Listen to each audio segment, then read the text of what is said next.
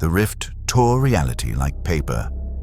In the space between universes, where Whis had been demonstrating the finer points of divine key control, Son Goku felt the ground beneath his feet simply cease to exist. One moment he stood on Beerus's planet. The next, he was falling through a kaleidoscope of impossible colors and fragmenting dimensions. He tried to sense Whis's energy signature, tried to lock onto anything familiar for instant transmission, but every energy he touched felt wrong, alien in ways even fighting Jiren hadn't prepared him for. Then gravity reasserted itself with violence.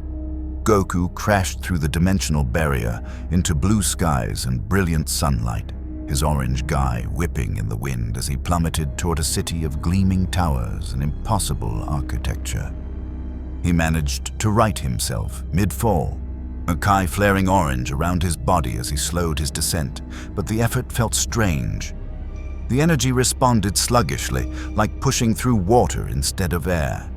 Whatever universe this was, it operated on different rules. He touched down in the middle of a city street with enough force to crack the pavement in a spiderweb pattern. Cars screeched to stops, people screamed and ran. Goku straightened, brushing dust from his GI, and looked around with the innocent curiosity that had gotten him into trouble across a dozen worlds. "Wow," he said to nobody in particular, grinning. "This place has a really weird energy signature." Above him, something moved faster than sound. The impact came from the sky, a blur of red and blue that hit Goku like a comet and drove him through 3 buildings before they crashed into the street 2 blocks away. Goku rolled with the momentum, came up in a fighting stance, and finally got a good look at what had hit him. A man floated 30 feet up, cape billowing in wind that didn't exist. The stylized S on his chest seemed to catch the sunlight and reflect it back twice as bright. His eyes glowed faint red, and his jaw was set with the kind of determination Goku recognized from every serious opponent he'd ever faced. "I don't know who you are or where you came from," the man said, voice carrying that particular quality of someone who'd never had to shout to be heard. "But that entrance just destroyed property and endangered lives. Stand down, now." Goku's grin widened. The energy radiating from this guy was incredible. Not quite divine ki, but something that made every instinct in his Saiyan blood sing with anticipation. And he could feel the power thrumming beneath that blue suit, barely contained, and for the first time since arriving in this strange universe, Goku felt at home. "Sorry about the buildings," he said, raising his hands in what he hoped was a peaceful gesture. "Dimensional travel's not really my thing. I'm Goku, and you're coming with me to answer questions." The man descended slowly, boots touching asphalt with barely a sound. Up close, Goku could see the alien quality to his features. Too perfect, too symmetrical, like someone had carved the ideal of humanity from living stone. "Justice League protocol requires—" "Hey, wait," Goku interrupted, tilting his head. "Your energy. You're not from Earth either, are you?" Something flickered across the man's face. Surprise, maybe, or recognition. "How did you—" "I can sense it. You're like me. Sent here as a kid, right? Raised human, but built different." Goku's expression softened into genuine warmth. "That's actually pretty cool. I thought I was alone when I first learned about being a Saiyan. Must have been nice having—" The man moved. One instant, he was standing 20 feet away. The next, his fist was inches from Goku's face, pulled back at the last microsecond with the kind of control that spoke to decades of restraint. Wind from the punch's passage ruffled Goku's hair. "I don't know what game you're playing," Superman said quietly, "but reading minds without permission is—" "I'm not reading your mind." Goku laughed, genuinely delighted. "I can just sense energy. You're solar-powered, right? That sun up there is feeding you, I can feel it. And there's something else mixed in. Magic, maybe. This universe is wild." They stared at each other for a long moment. Around them, sirens wailed as emergency services approached. A news helicopter circled overhead, cameras no doubt recording every word. Goku could feel other powerful energies beginning to converge on their location. More heroes, he guessed, drawn by the commotion. Superman's eyes stopped glowing. "You're telling the truth." It wasn't a question. "Yeah, I usually do. Makes life simpler." Goku dropped his hands. "Look, I don't want to fight. Well, I mean, I'd love to spar with you sometime because your power level is insane, but right now I'm just trying to figure out where I am and how to get home. Can you help with that?" "That depends."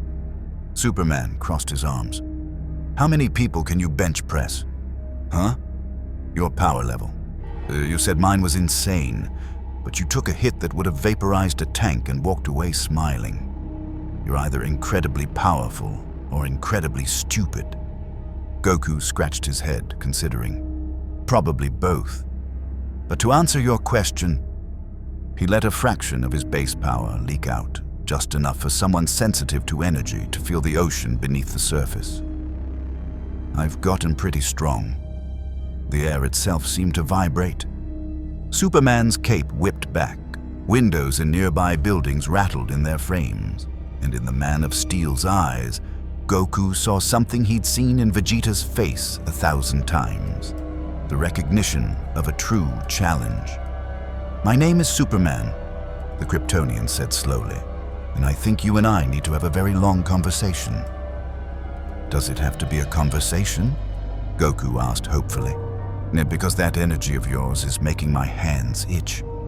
Despite everything, the destruction, the dimensional breach, the impossible being standing before him who registered as both human and utterly alien, Superman smiled. "You really want to fight, don't you?" "More than anything.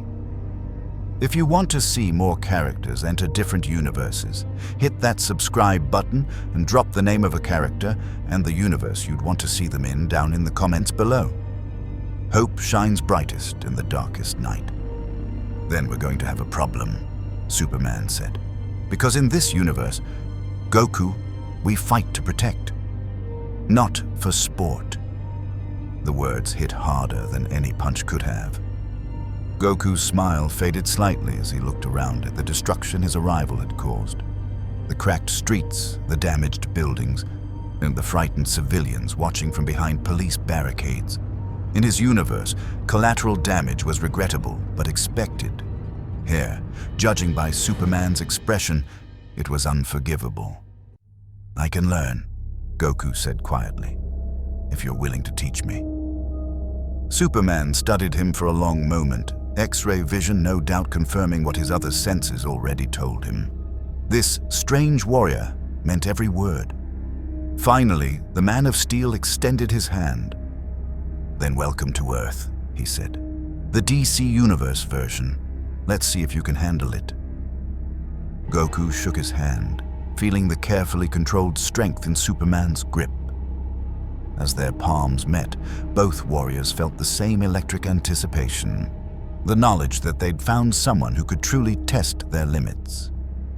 Above them, watching from the shadows of a satellite feed, and a dark figure in Gotham made a note in his contingency files. And far beyond the source wall, in the fire pits of Apokolips, something ancient and terrible turned its attention toward Earth.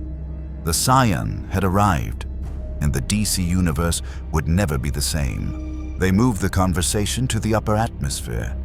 Superman flew, cape streaming behind him in the thin air, where Earth's blue faded to black. Goku kept pace easily, Ki propelling him through the sky with the casual mastery of someone who'd been flying since childhood.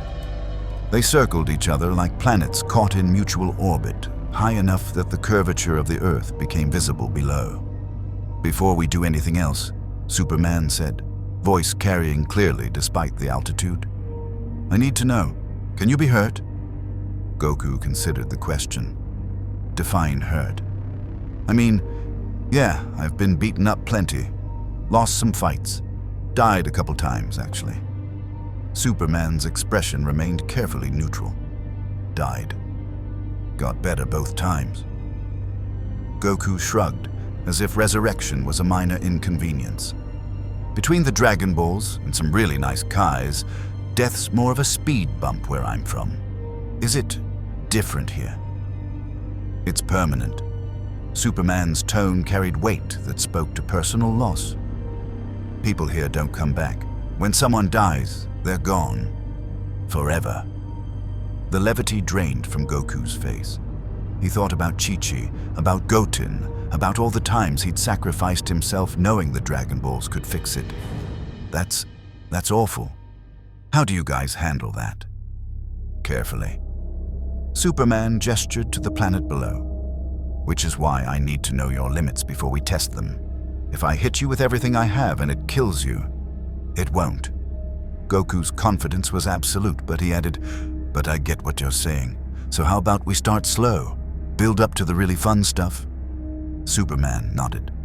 "One more thing. Once where I come from, Krypton, there was a saying, 'Great power demands restraint.' My parents taught me that every punch I throw could kill someone.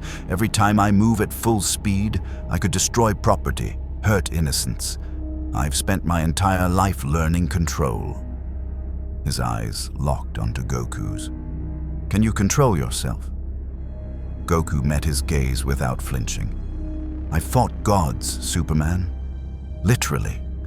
Gods of destruction who could erase universes if they got annoyed.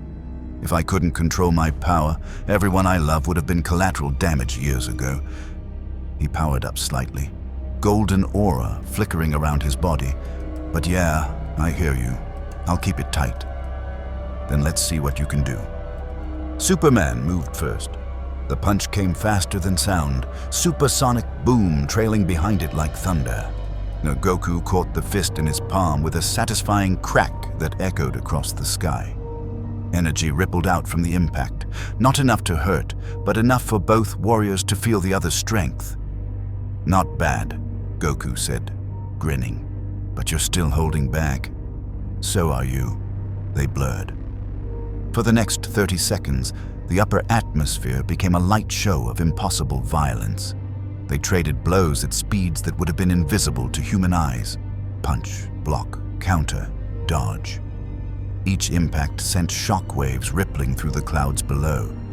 Satellites tracking their position registered energy signatures that made military analysts around the world reach for their phones. Goku launched himself backward, putting distance between them. "Okay, you're definitely solar-powered. The longer we fight, the stronger you're getting." Superman wiped a trace of blood from his lip. The first time in months anyone had made him bleed from a physical blow. "And you're analyzing my fighting style while we spar. You're better trained than I expected." "Master Roshi, King Kai, I've had good teachers."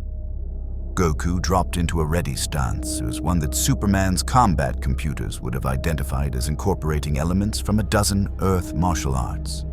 "Your turn to show me something new." Heat vision lanced across the gap between them, twin beams of solar energy that could melt through steel like butter. Goku crossed his arms in front of his face, ki flaring in defensive aura. The beams splashed against his energy like water against stone. "Energy attacks," Goku laughed with pure joy. "Okay, my turn." He cupped his hands at his hip, ki gathering between his palms in a sphere of brilliant blue-white light. The energy was visible even from the ground, brighter than the sun, building with a kind of exponential power that made Superman's every instinct scream danger. Me. Superman recognized a charging attack when he saw one. He flew straight up, putting himself between Goku and the planet below. Me. "If you're going to fire that," Superman called out, "aim away from Earth." Goku blinked, the energy dissipating immediately. "Oh right, sorry, force of habit. Usually I'm fighting in wastelands or space." He looked embarrassed. Still learning the whole metropolitan area thing. The easy way he'd cancelled a planet-destroying attack told Superman everything he needed to know about Goku's control. The Saiyan had been testing him, seeing how he'd react to a threat, and Superman had done exactly what Goku expected, protected the innocent first. "You were never going to fire that at me," Superman said. "Not full power, no, but I wanted to see what you'd do." Goku's expression turned serious. In my universe, the strongest guys are usually the villains. Gods who want to destroy everything, emperors who enslave galaxies, that kind of thing. But you've got that kind of power, and you're using it to protect people. That's pretty cool. Superman descended slowly, coming to hover face to face with this impossible warrior. Where you're from, are you the hero or the villain? Honestly, bit of both. Goku scratched his head sheepishly. I protect Earth and my friends, but I've also let some pretty bad guys live because I wanted to fight them again when they got stronger. Probably not the most heroic thing, but fighting strong opponents is kind of my whole deal. That's going to be a problem here. Superman's voice was gentle but firm. Villains don't get second chances to hurt people. Not on my watch. Even if killing them would be wrong. The question hung in the thin air between them. Superman thought of Doomsday, of Darkseid, of all the enemies he'd faced who'd killed innocents and would again if given the chance. He thought of the line he refused to cross, the one that separated him from the monsters. Even then, he said finally, the moment I decide who lives and dies, I stop being a hero. I become something else. Goku studied him with those dark eyes that had seen gods die and universes unmade.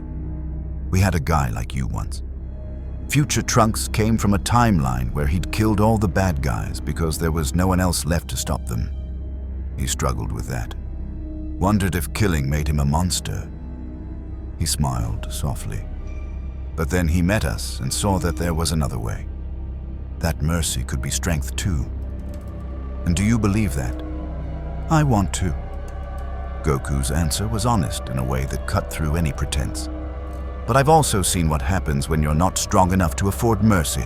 People die, planets burn, universes end. He looked down at his hands, at the scars that covered them from a lifetime of battle.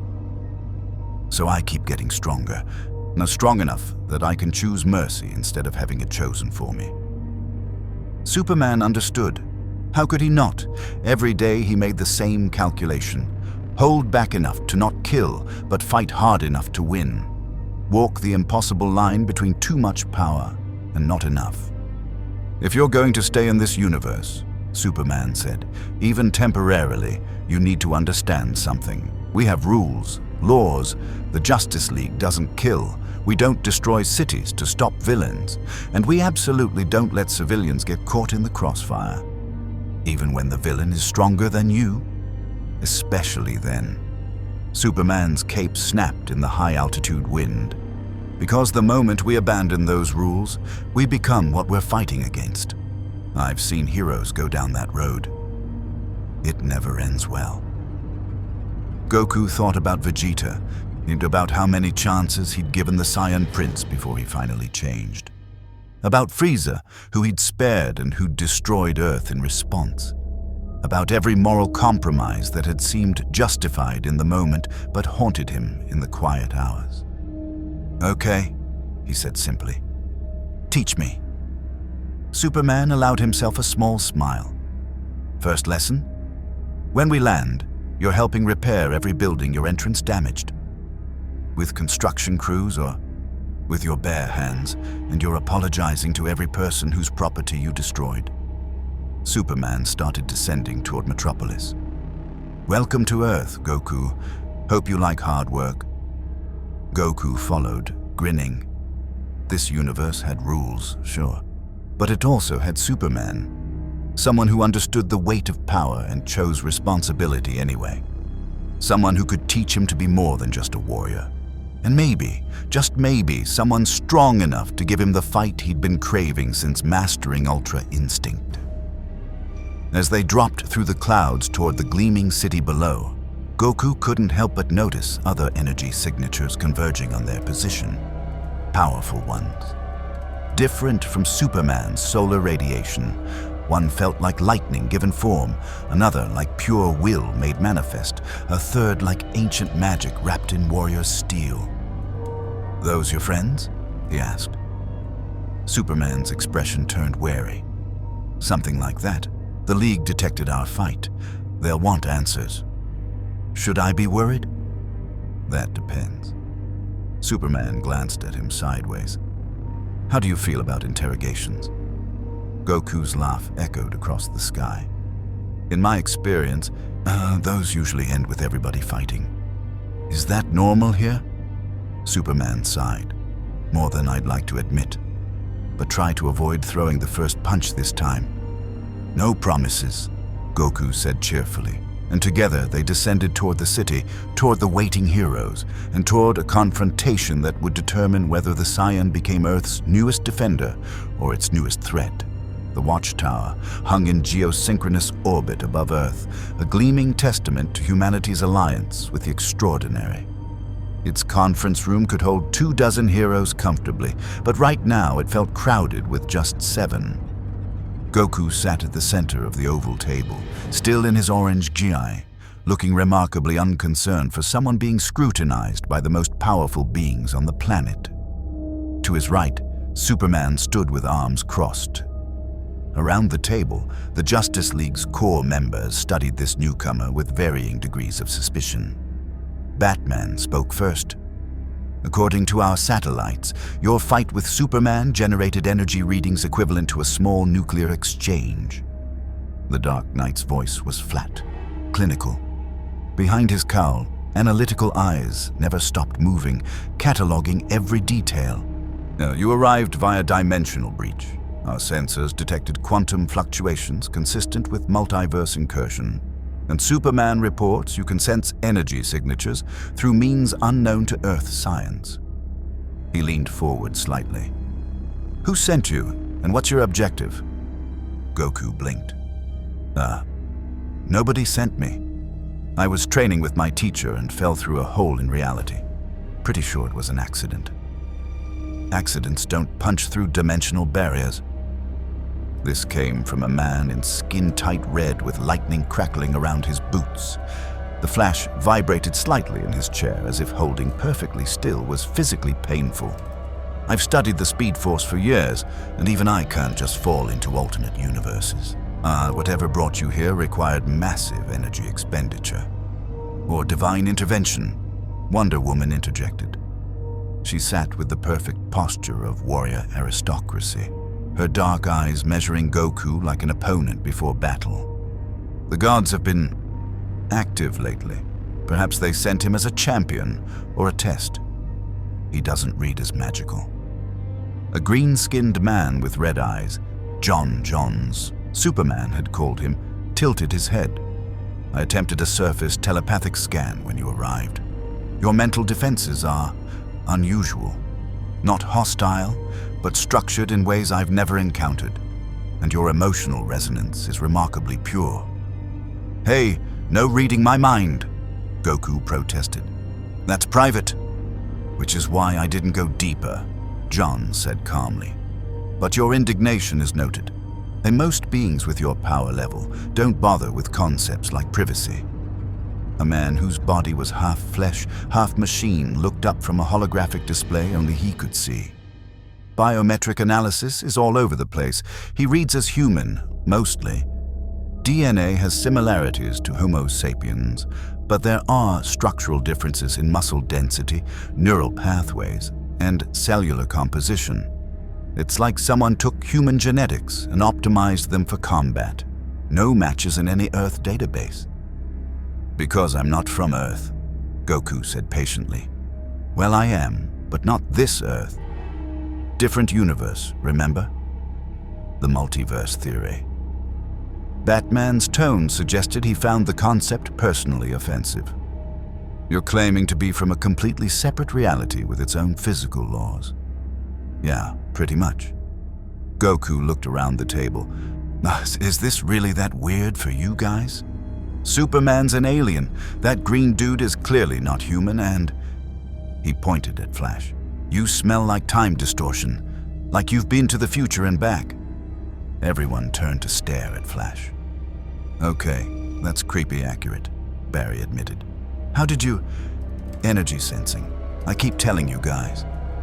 Goku was getting frustrated now. Look, I don't know how to prove I'm telling the truth. Where I'm from, we deal with universe-ending threats pretty regularly. Gods of destruction, universal tournaments, time travelers, the whole deal. Dimensional stuff is just Tuesday for us. Gods of destruction, Wonder Woman repeated, interest sharpening in her voice. You've fought divine beings. Fought one, trained with another. Aye, they're actually pretty cool once you get past the whole can erase you from existence thing. Goku grinned. Lord Beerus is temperamental, but Whis is a great teacher. That's who I was with when I fell through the... Stop. Batman held up a hand. You're claiming to have trained with beings capable of erasing you from existence.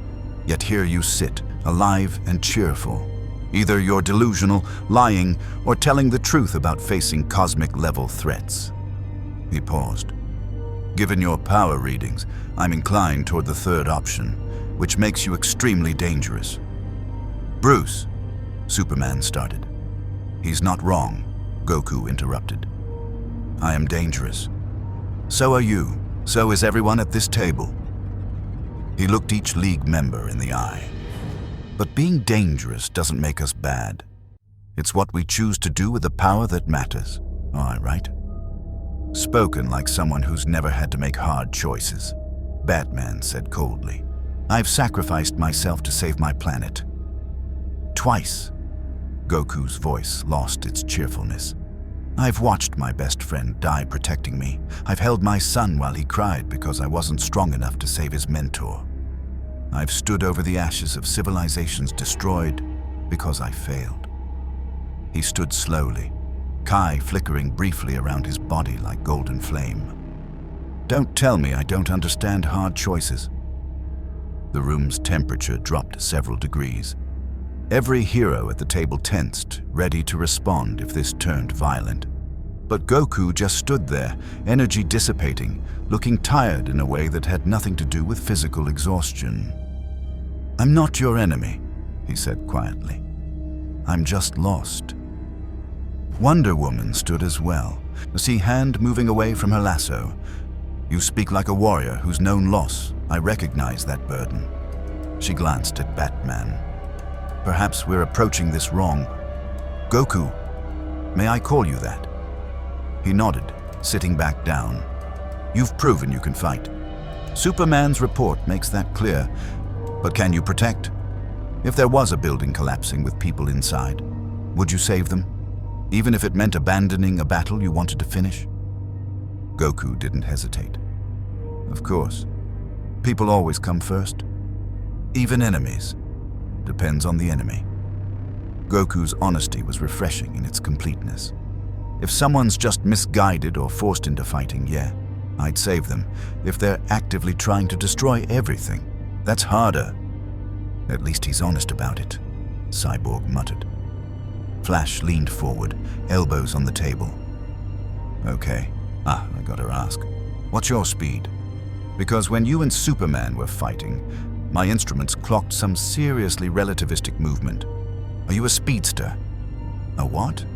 Someone who can access the speed force, the extra-dimensional energy that... Barry paused at Goku's blank expression. Never mind, different universe, different physics. But can you move at light speed? Faster, probably. Goku shrugged. I've fought guys who could stop time, so I've had to learn to move while time is frozen. Does that count? The Flash's jaw dropped. Move while time is... That's not possible. That breaks every law of physics I know. Different universe, Goku repeated, grinning. Different physics. This is giving me a headache, Cyborg said, rubbing his human temple. Like my processors are having trouble modeling the energy requirements for what he's describing. Then let's focus on practical matters.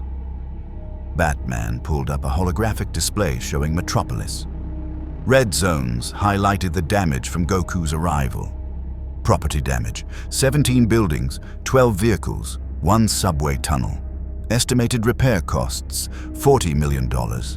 Injuries, thankfully none serious, thanks to Superman's intervention. But it could have been much worse. Goku winced. I'll help fix it, all of it. With what money? Batman asked bluntly.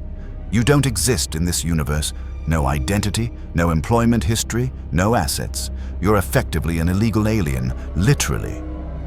I can work. I'm really good at physical labor. You're really good at destroying things, Batman corrected. Every construction job you take is one that goes to someone who actually belongs here. Every resource you consume is one taken from someone else. You're a walking immigration crisis, wrapped in alien powers we don't understand. Bruce, that's enough. Superman's tone carried warning. No, he's got a point. Goku looked directly at Batman. I get it. You don't trust me. You shouldn't. Where I'm from, I'd be suspicious of me too. But I'm not trying to take over or destroy anything. I just want to find a way home.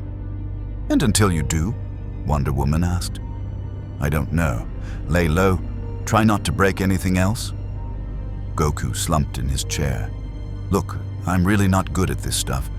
Politics, rules, complicated social stuff. That's not my thing. Fighting bad guys and getting stronger is what I do. But Superman said you have rules here. I respect that. So tell me what you need from me, and I'll try my best. The League members exchanged glances. Telepathic communication flickered between those who could access it. Goku waited, genuinely trying to look harmless, despite being one of the most powerful beings in the room.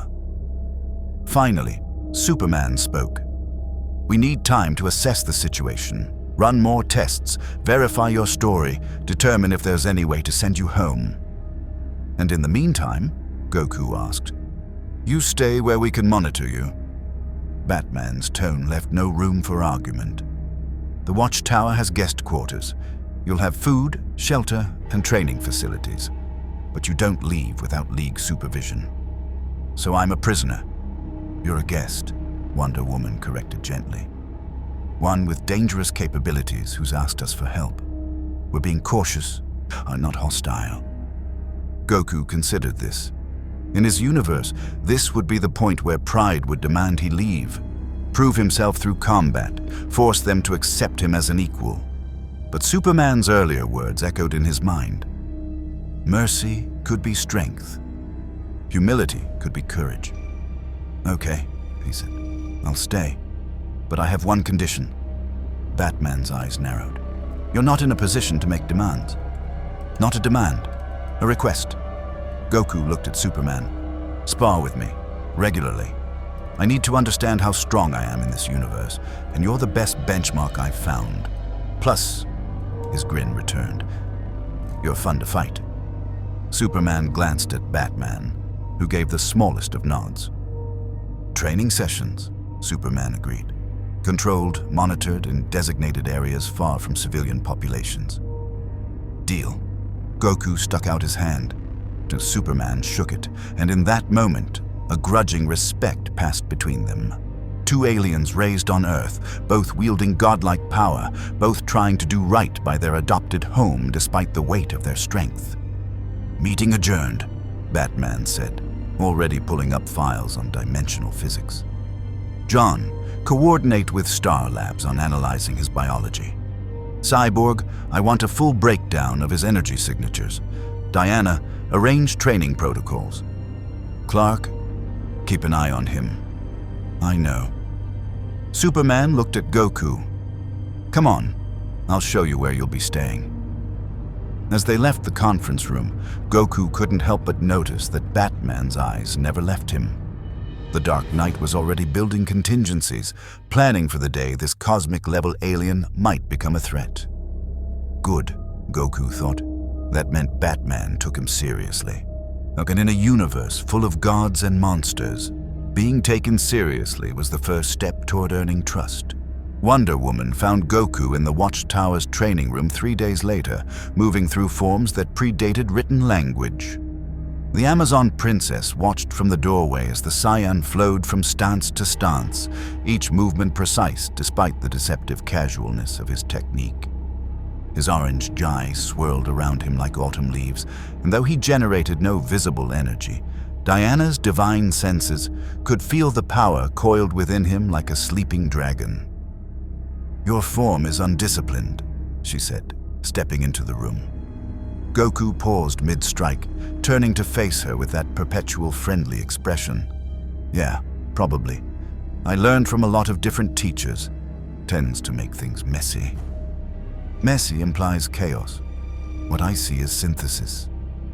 Diana circled him slowly, warrior's eyes cataloging his stance, weight distribution, breathing patterns. You've taken techniques from disparate sources and unified them into something uniquely yours. That requires not discipline, but understanding. Huh. Goku considered this. Never really thought about it that way. I just use whatever works. The mark of a true martial artist. She stopped at arm's length, studying him with the intensity of someone who'd trained alongside gods. You move like Hermes, efficiency and grace over power. But you strike like Ares, direct and devastating. An interesting contradiction. Who are Hermes and Ares? Diana smiled. Gods of my homeland. Hermes is the messenger, swift and clever. Ares is the god of war, brutal and unstoppable. Oh, you've got gods here too. Goku's eyes lit up. Are they strong? Some of them.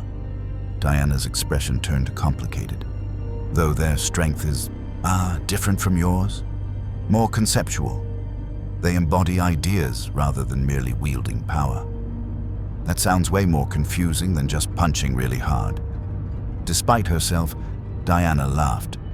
It was an honest sound, unguarded in a way she rarely allowed in the Watchtower's sterile halls. You remind me of my sister's students, those who loved fighting for its own sake rather than glory or duty. Is that bad? It's honest. She gestured to the training room's center. May I? Goku's face transformed into pure joy. You want to spar? I want to understand you. Diana began removing her tiara, her bracelets, the artifacts of divine power that made her more than merely Amazon. Superman fights you and sees potential. Batman watches you and sees threat. Flash is fascinated by your energy. But I want to know what moves your warrior's heart. She set her weapons aside carefully, standing before him in just her armor. Still formidable, still divine, but now meeting him as one martial artist to another rather than god to demigod. Goku grinned and dropped into stance. I like you. They moved. Where Superman had been power testing power, this was technique against technique. Diana struck with 3,000 years of Amazon combat training, precise, economical, every movement serving dual purposes. Goku flowed around her attacks like water, his self-taught style adapting in real time to her centuries-honed discipline. Palm strike, blocked. Leg sweep, jumped. Grapple attempt, slipped. They danced across the training room in a blur of motion that would have been invisible to normal eyes. Neither used their full strength, content to explore each other's skill through speed and precision. You fight defensively, Diana noted, blocking a series of rapid punches. Superman said you loved battle, but you let me control the engagement. I'm feeling you out.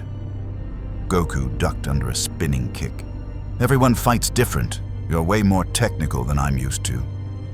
And you're more adaptive than you pretend.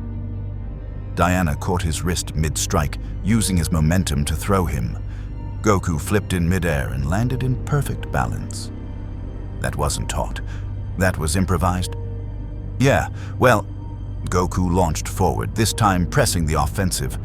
I fought a lot of different styles. Kind of learned to roll with whatever comes. They traded blows at increasing speeds, both grinning now with the pure pleasure of facing someone who could match their skill. Diana's Amazon training gave her the edge in technique, but Goku's decades of fighting universe-ending threats gave him tactical flexibility that turned every disadvantage into opportunity. Finally, Diana called for a break. Both warriors stepped back, barely winded but respectfully acknowledging the stalemate. You're good, Goku said, genuine admiration in his voice. Like, really good. How long have you been training? Since I could walk. 3,000 years ago. Diana accepted a water bottle from a supply drone. And you? Since I was a kid. So like 40-ish years. I died a couple times, so the timeline gets confusing. Diana paused mid-drink. You're remarkably casual about mortality. Where I'm from, death's temporary, usually. Goku sat cross-legged on the mat, gesturing for her to join him. But Superman said here it's permanent. That must make fighting a lot scarier. It makes it matter more. Diana sat across from him, adjusting her armor with practiced ease. Every battle could be our last. Every decision could mean someone dies. That's why Batman is so cautious with you. He's seen what happens when powerful beings act without considering consequences. He thinks I'll go bad.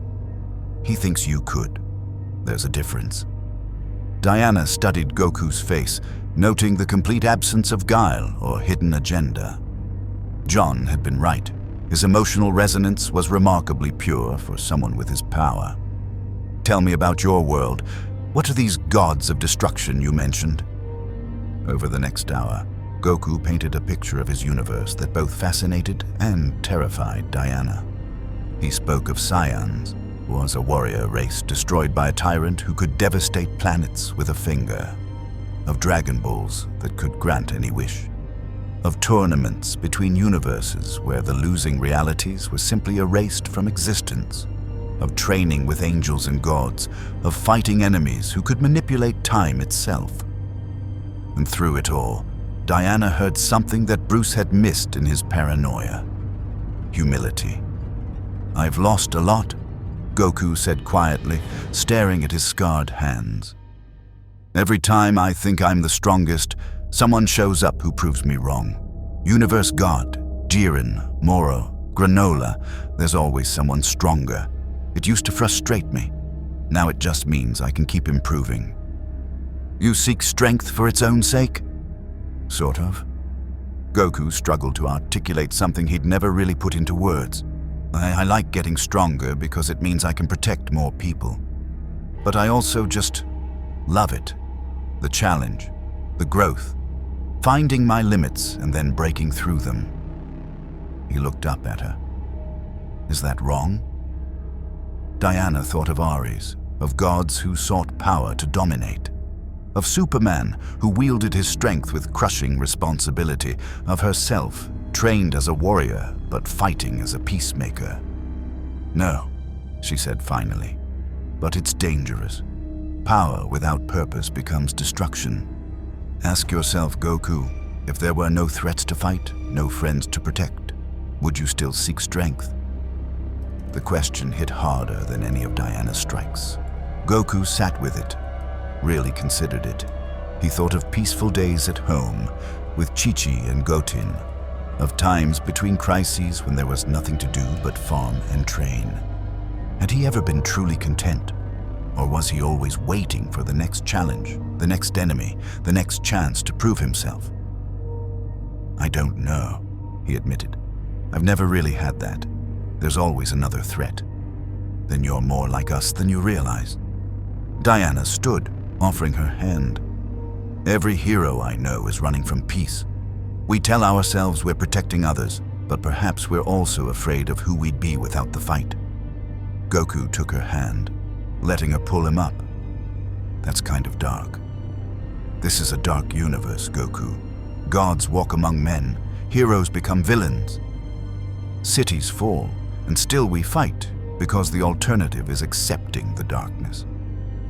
Diana retrieved her tiara, her bracelets, becoming Wonder Woman again rather than simply Diana. And Superman sees your potential because he recognizes himself in you, an alien trying to do good. Batman fears you because he's seen what Superman could become if he ever stopped holding back. Has Superman gone bad here? Not in this reality. But Bruce has contingency plans for if he does, for if any of us do. Diana's expression was grave. That's the weight we carry. We're strong enough to save the world or destroy it. Every day we choose the former, but the temptation of the latter never disappears. Goku thought of Vegeta, of how close the prince had come to falling back into darkness. Of Frieza, who he'd spared and who'd betrayed that mercy instantly. Of the thin line between protecting and controlling. "Superman's trying to teach me that," he said. "The responsibility thing, it's harder than fighting." "It is. But you're learning." Diana placed a hand on his shoulder, and in that gesture was acceptance from someone who understood both the burden of power and the joy of battle. "Give Bruce time. He'll see what I see. A warrior who's known loss and chosen growth instead of vengeance." "And what's that?" Goku asked. "What do you see?" Diana smiled. "Someone who could become Earth's greatest defender or its greatest threat. The question is which path you'll choose when tested." She left him there in the training room, standing alone with the weight of her words. Through the Watchtower's windows, Earth hung in space like a blue marble.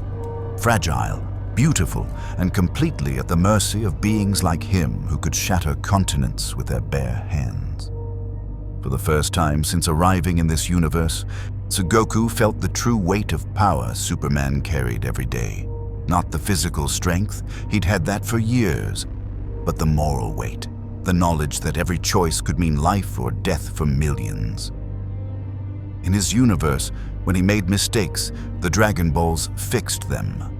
Here, mistakes were permanent. He would need to be better, not stronger, better.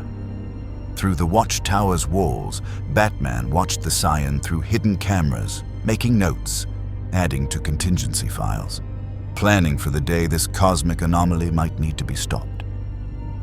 But for the first time since Goku arrived, Bruce Wayne allowed himself a small measure of hope. Diana's combat analysis was clear. The Saiyan had power enough to end nations, but he'd fought with restraint, with joy, and with respect for an opponent. Maybe, just maybe, they'd found not a threat, but an ally. And in the depths of space, far beyond the Watchtower's sensors, something ancient watched the blue planet with renewed interest. The Saiyan's energy signature had been detected, analyzed, and found. Intriguing. Darkseid smiled in the shadows of Apokolips. Lex Luthor had built his empire on the principle that sufficiently advanced technology was indistinguishable from magic. He'd weaponized physics, monetized genius, and turned human ingenuity into a tool that could stand against gods. But the readings on his private screen made even the world's smartest man pause. "Run it again," he commanded. His lead scientist, Dr. Melody Chen, poached from Star Labs with an 8-figure salary, tapped her tablet. "Mr. Luthor, I've run this analysis 17 times. The results don't change. The energy signature from the Metropolis incident 3 days ago doesn't match anything in our databases." "Elaborate." Luthor leaned back in his chair, fingers steepled, watching footage of Superman fighting the orange-clad Stranger Loop on a dozen monitors. Superman's power comes from solar radiation. Now, we've mapped his cellular absorption rates, his metabolic conversion efficiency. We know exactly how his Kryptonian biology processes yellow sun energy. Dr. Chen pulled up a comparison chart. This new entity, the Saiyan as Superman called him, doesn't register any solar absorption, no radiation signature at all. Yet he matched Superman blow for blow. More than matched. Our satellites detected power fluctuations that suggest he was holding back significantly. She brought up the heat map of their aerial battle. "See these spikes? Those correlate with moments where he powered up visible energy fields. We're calling it KI, some kind of internal energy manipulation. It's not magic, not solar, not speed force. It's completely novel." Luthor stood, walking to the window overlooking Metropolis. Below, construction crews repaired the damage from Goku's arrival. Damage that could have been catastrophic if Superman hadn't intercepted. Another alien with godlike power falling from the sky. Another threat to humanity's autonomy. What's the Justice League's assessment? Official statement: dimensional refugee, non-hostile, under League supervision. Dr. Chen hesitated. Unofficial chatter I've intercepted suggests internal debate. Batman wants him contained. Wonder Woman vouches for his character. Superman is cautiously optimistic. Of course he is. Luthor's voice dripped with contempt. Clark sees himself in every lost alien that falls to Earth, desperate to believe he's not alone. With respect, sir, should we be concerned? This Goku demonstrated planet-level strength without breaking a sweat. We should be terrified. Luthor turned from the window, green eyes glinting with the cold calculation that had built LexCorp into a global power. But terror is useless without action. Schedule a meeting with my xenobiology team. I want theoretical countermeasures for KI manipulation within 48 hours. Based on what data? We have 20 minutes of satellite footage and energy readings. That's not enough too. Then get me more data. Bug the Watchtower. Bribe Star Labs techs. Hack Wayne Enterprises if you have to. Bruce is certainly building his own contingencies. Luthor pulled up the frozen frame of Goku smiling mid-punch, that expression of pure joy on his face. And find out what makes him happy.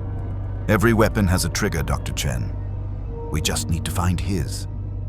The scientist left to execute her orders, leaving Luthor alone with his monitors and his thoughts. On screen, Superman and Goku clasped hands in the upper atmosphere, two aliens playing at being Earth's protectors. It was a scene that would have warmed hearts across the globe, proof that humanity had cosmic defenders. Luthor saw only humanity's obsolescence. Every year, Earth became more dependent on these godlike beings. Every crisis resolved by Superman was one humans couldn't solve themselves. And now, there was another one. Stronger than most, more cheerful about destruction, and naive enough to trust the Justice League's pretty words about responsibility and restraint. A plan formed in Luthor's mind, elegant in its simplicity. He pressed the intercom. Get me Amanda Waller at Argus. Now tell her I have intel about the Watchtower's new resident she'll want to hear. 3 minutes later, Waller's face appeared on his screen, perpetually skeptical expression firmly in place. Luthor, this better not be another attempt to get access to Suicide Squad files. Nothing so crude, Amanda. Luthor sent her Goku's energy profile. I'm offering a partnership. Your organization specializes in managing meta-human threats. I have resources you need, and we both have an interest in ensuring Earth isn't overrun by super-powered aliens who see our planet as a charity case. Waller studied the data in silence. The Justice League has him contained. The Justice League is trying to recruit him. Superman's already treating him like a lost puppy. In 6 months, he'll have his own communicator and a seat at the table. Not another alien deciding what's best for humanity. And your solution? Test him. Push him. Find his breaking point. Luthor's smile was cold. Everyone has one, Amanda. Even the purest heart has limits. And when we find his, when he proves he's just another superpowered threat who will burn cities to protect them, we'll have all the justification we need to develop countermeasures. You're talking about creating weapons to kill someone who's currently an ally. I'm talking about preparing for when he's inevitably not. Luthor leaned closer to the camera. Do you trust Superman, Amanda? Waller's silence was answer enough. Neither do I, and unlike Superman, we don't have decades of evidence that this Saiyan is anything more than a ticking time bomb. Luthor sent another file. Hypothetical scenarios where Goku's power could be turned against Earth. All I'm suggesting is we be ready. Isn't that what Argus is for? Waller ended the call without committing, but Luthor knew her well enough. She would prepare. She would plan. And when the opportunity came to test the Saiyan's loyalty, she would take it. Because at the end of the day, Amanda Waller and Lex Luthor understood the same fundamental truth. Gods couldn't be trusted to police themselves. High above, in the Watchtower's residential quarters, Goku sneezed. You all right? Superman had stopped by to check on his dimensional refugee, bringing food from Earth, pizza, which Goku had declared the greatest invention in any universe. Yeah, just a weird feeling. Goku demolished his fourth slice in 2 bites. Like someone was thinking mean thoughts about me. That's probably Batman. He thinks mean thoughts about everyone. They sat in companionable silence, 2 aliens sharing pizza while Earth spun below them.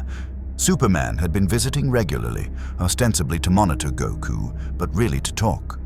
To share stories about being different, being powerful, being afraid of what that power meant. "Can I ask you something?" Goku said around a mouthful of pepperoni. "Sure. Do you ever wish you weren't so strong?" Superman set down his slice. It was a question he'd asked himself 1,000 times, usually in the dark hours after battles that had pushed him to his limits. "Sometimes, when I'm moving so fast that everyone else seems frozen, and when I can hear every cry for help in a 100-mile radius, when I know that one mistake could kill someone." He looked at his hands, hands that could reshape continents. "But then I remember all the people I've saved because I was strong enough. So no. I don't wish I was weaker. I just wish being strong didn't feel so lonely. It doesn't have to be." Goku's voice carried the wisdom of someone who'd walked that road. "Back home, I've got Vegeta.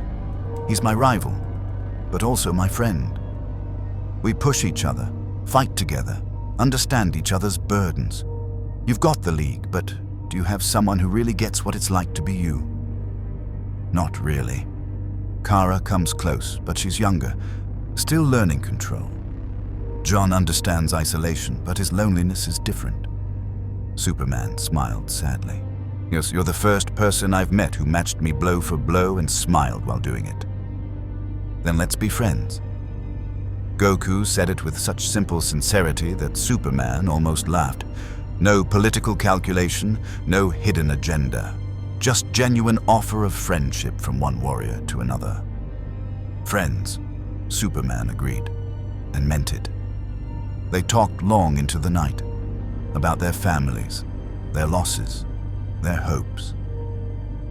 Goku told stories of training with Whis that made Superman laugh, despite the casual mention of multiversal annihilation.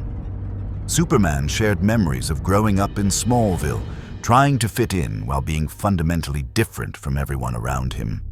It was the kind of conversation neither had expected to have again. 2 beings discussing the weight of power with someone who truly understood. Neither noticed the microscopic surveillance drone that LexCorp had managed to sneak into the Watchtower's supply shipment, recording every word. The Flash found Goku in the Watchtower's observation deck, staring at Earth with an expression Barry Allen recognized immediately. Homesickness. "Beautiful, isn't it?" Barry said, materializing beside him in a crackle of yellow lightning. Goku jumped slightly. "Man, you're fast. I didn't even sense you coming. Speed Force. I don't just move through space. I move through time, dimensions, possibility itself."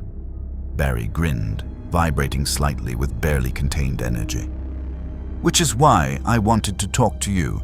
Your dimensional breach left residual quantum signatures that are making my instruments go haywire." "Is that bad?" "Unknown. Maybe incredible." Barry pulled up a holographic display only visible through his cowl's HUD. "Your arrival punched a hole between universes that shouldn't be connectable. Different physical laws, so different fundamental constants. It's like, imagine trying to mix oil and water, except the oil is from a reality where water doesn't exist." Goku blinked. "I have no idea what you just said." Barry laughed. "Sorry, science nerd. Bottom line, you broke physics by being here, and I want to understand how." He glanced at Goku with unconcealed curiosity. "Also, Superman says you're stupid fast. Want to race?" The transformation in Goku's expression was immediate. Pure, childlike joy. "Really? You want to race? Can we bet on it? What are we racing to? How far?" "Whoa, slow down." Barry paused. "Okay, that was ironic. But yeah, I want to see what you can do. Not a competition, just exploration. Two fast guys seeing what happens when different types of speed interact. "I like you," Goku declared. "You're way less serious than Batman." "Everyone's less serious than Batman. The man makes brooding an Olympic sport." Barry gestured toward the Watchtower's airlock. "Come on. Let's take this outside before Cyborg yells at us for breaking his sensors again." They exited into space, hovering above Earth in the crystalline silence of the void. Barry's Speed Force aura crackled around him like bottled lightning. Goku's ki manifested as golden flame, pushing back against the vacuum through sheer willpower. "Okay, ground rules," Barry said. "We start at the Watchtower, race around the moon, back here. No instant teleportation. I assume you can do that." "Yeah, instant transmission, but I need to lock on to someone's energy signature." "Right, so pure speed only. On my mark." Barry's grin was manic with excitement. 3, 2, 1, go! They moved. Barry phased into the Speed Force, becoming lightning incarnate, crossing the distance to the moon in seconds that existed outside normal time. He was fast enough to run between raindrops, quick enough to think at relativistic speeds, and experienced enough to navigate the time stream itself. Goku simply moved. No Speed Force, no temporal manipulation, just raw, impossible velocity born from decades of pushing past every limit. He matched Barry stride for stride, his orange GI somehow not disintegrating from the friction of near light-speed movement. They rounded the moon in perfect synchronization, two blurs visible only to the most sophisticated sensors. And then something strange happened. The Speed Force recognized Goku. Not as a speedster, he wasn't drawing power from it, but as something that operated on similar principles. Motion as freedom, speed as transcendence, the joy of pushing beyond limits. The extra-dimensional energy reached out, curious, trying to understand this foreign power that achieved similar results through completely different means. Goku felt it, a pull, like the Speed Force was inviting him in, and his ki responded, resonating with the speedster energy in ways that made reality itself shimmer around them. "Barry," Goku called out, his voice somehow carrying in the vacuum. "Something's happening." "I feel it." Barry's eyes widened behind his cowl as data flooded his consciousness.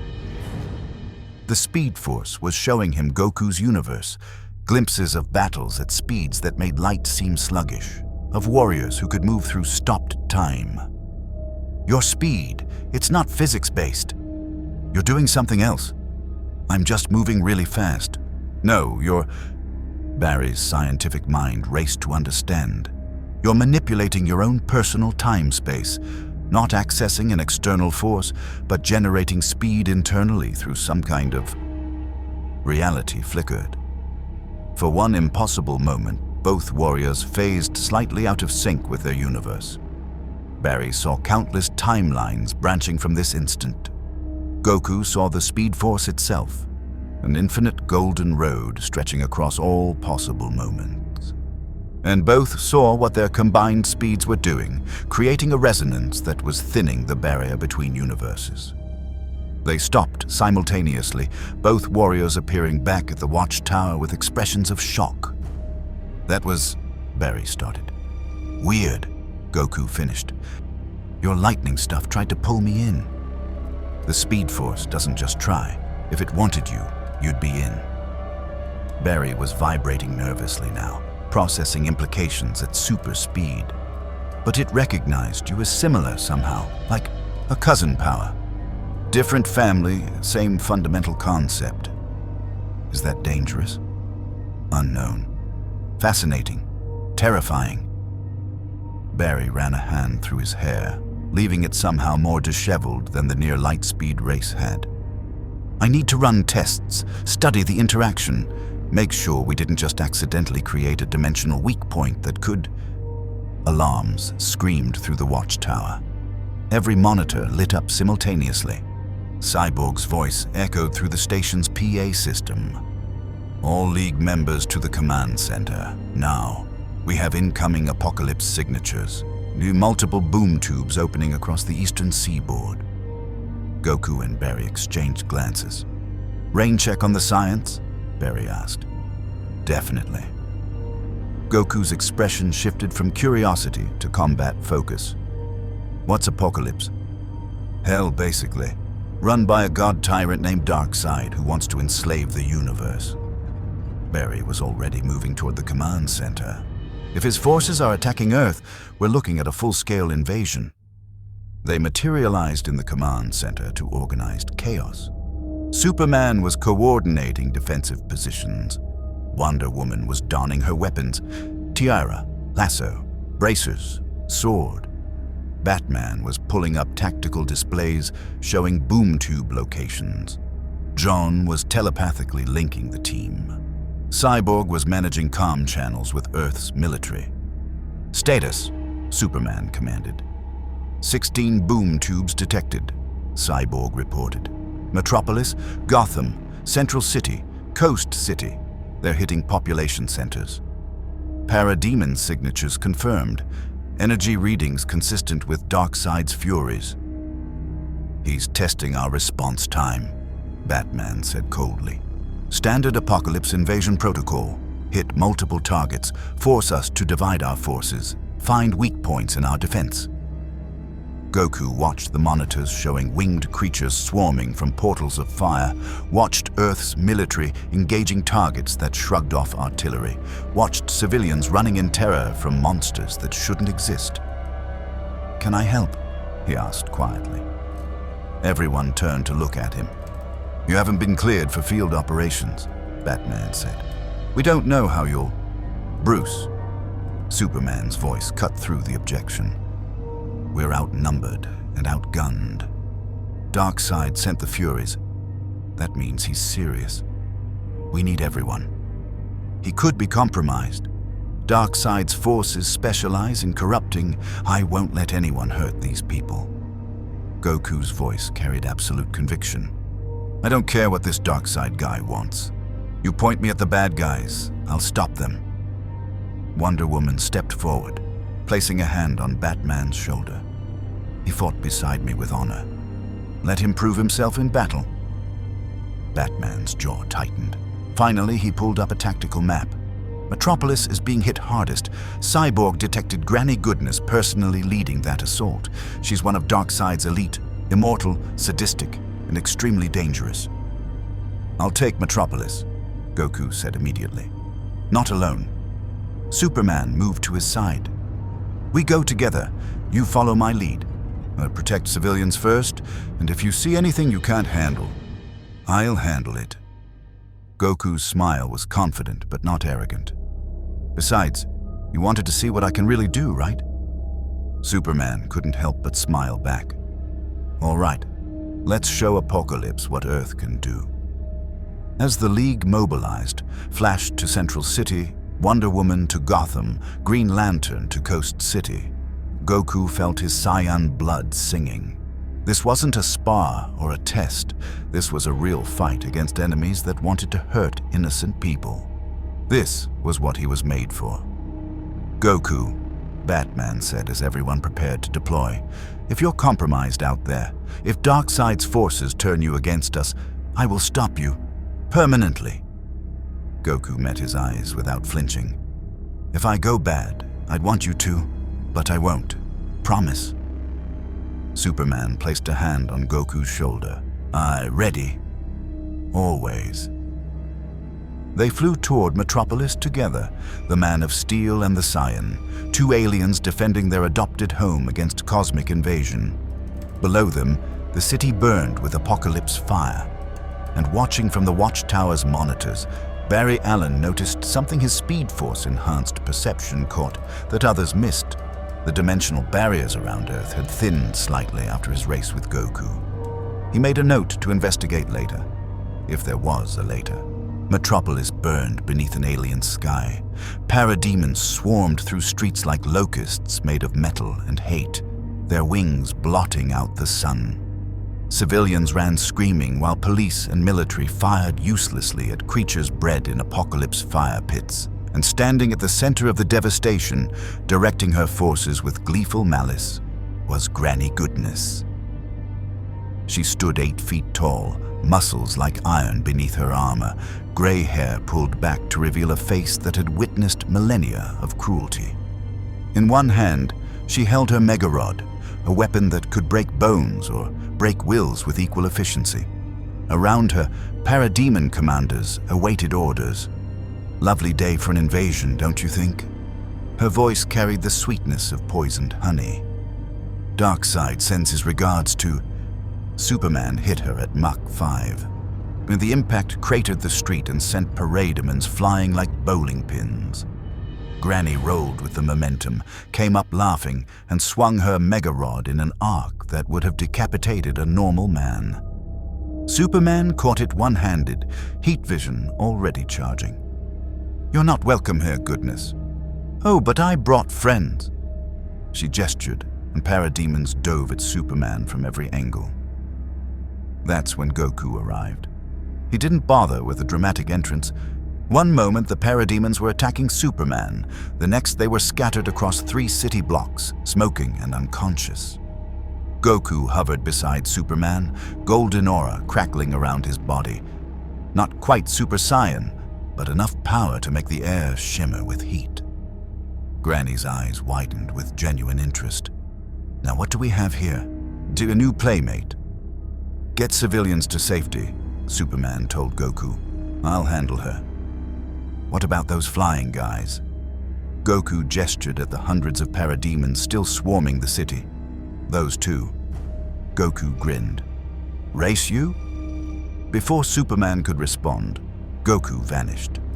What followed would be analyzed by military strategists for years. Goku moved through Metropolis like a golden typhoon, appearing wherever parademons threatened civilians. A family trapped in a burning building, rescued in an eye blink. A military convoy about to be overrun, parademons scattered like leaves.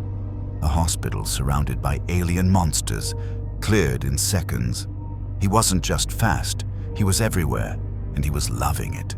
This was what Goku had been missing in the Watchtower's sterile training rooms and cautious sparring sessions. Real combat, real stakes, and enemies he could fight without worrying about holding back enough to avoid killing his sparring partner. His Saiyan instinct sang as he moved from fight to fight, each victory building momentum, each rescue reminding him why he fought in the first place. "Having fun, Saiyan?" Superman's voice crackled through the League communicator Cyborg had given him. "This is amazing," Goku responded, catching a falling helicopter with one hand while punching out a parademon with the other. "How often do you guys do this?" "Too often." Superman grunted as Granny's mega rod connected with his ribs. "Stay focused. This is just the opening wave." He was right.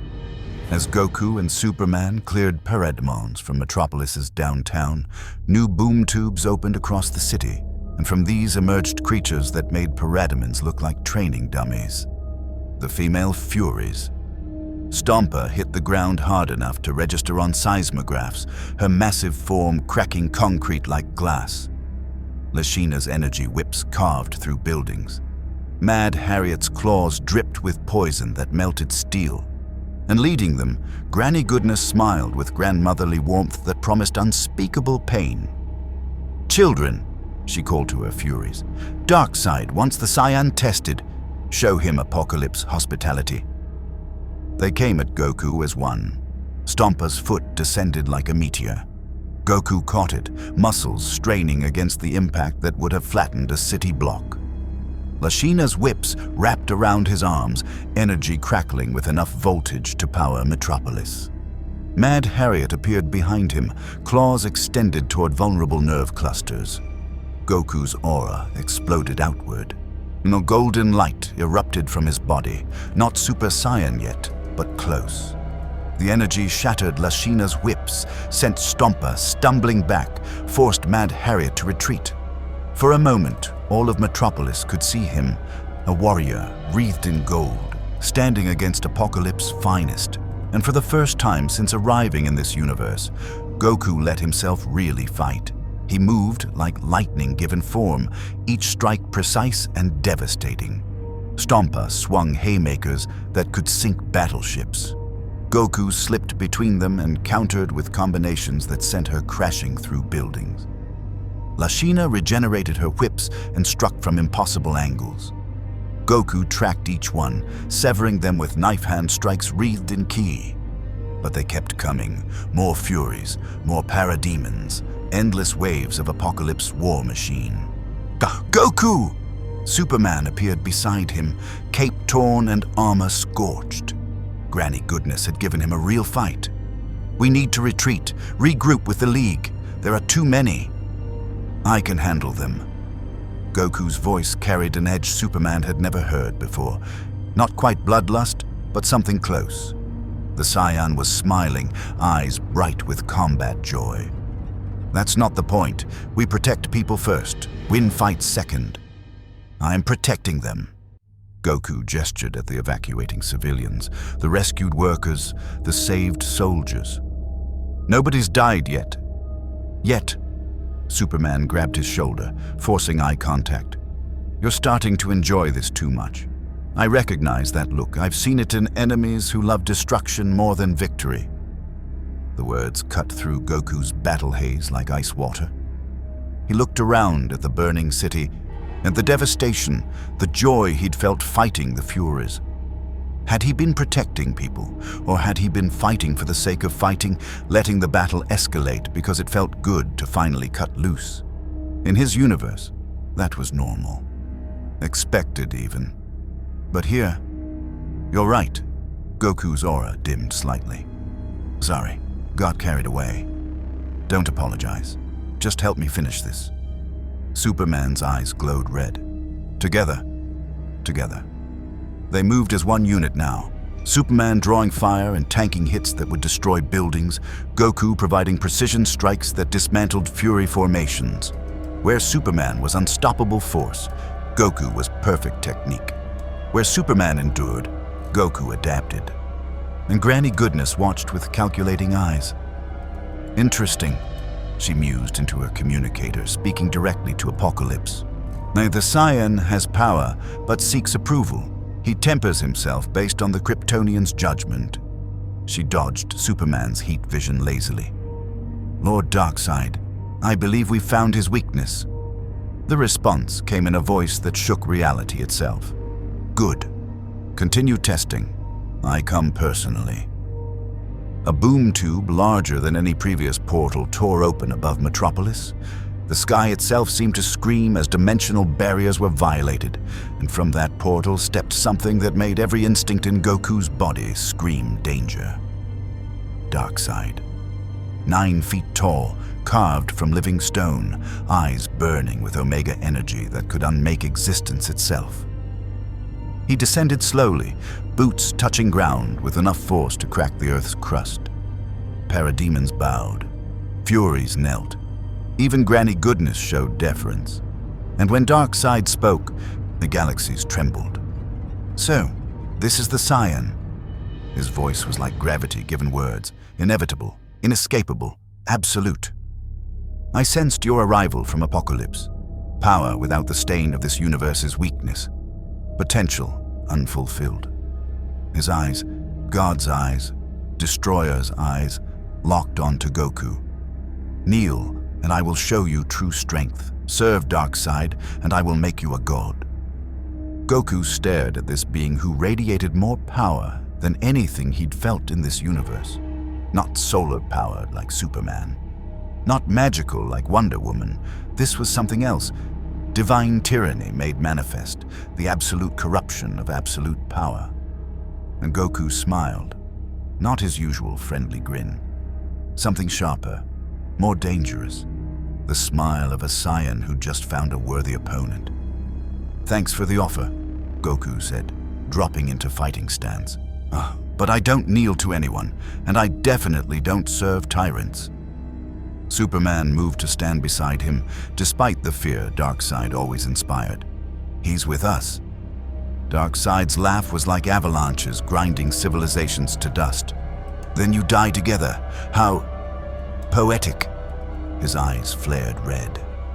The Omega beams lanced across the space between God and mortals. Energy that could track targets across dimensions, disintegrate matter, or trap souls in eternal torment. They curved through the air like sentient malice, seeking Goku's heart. Goku moved. He didn't dodge. The Omega beams would follow. Instead, he met them head-on, Kai-enhanced hands catching the beams of annihilation and redirecting them skyward.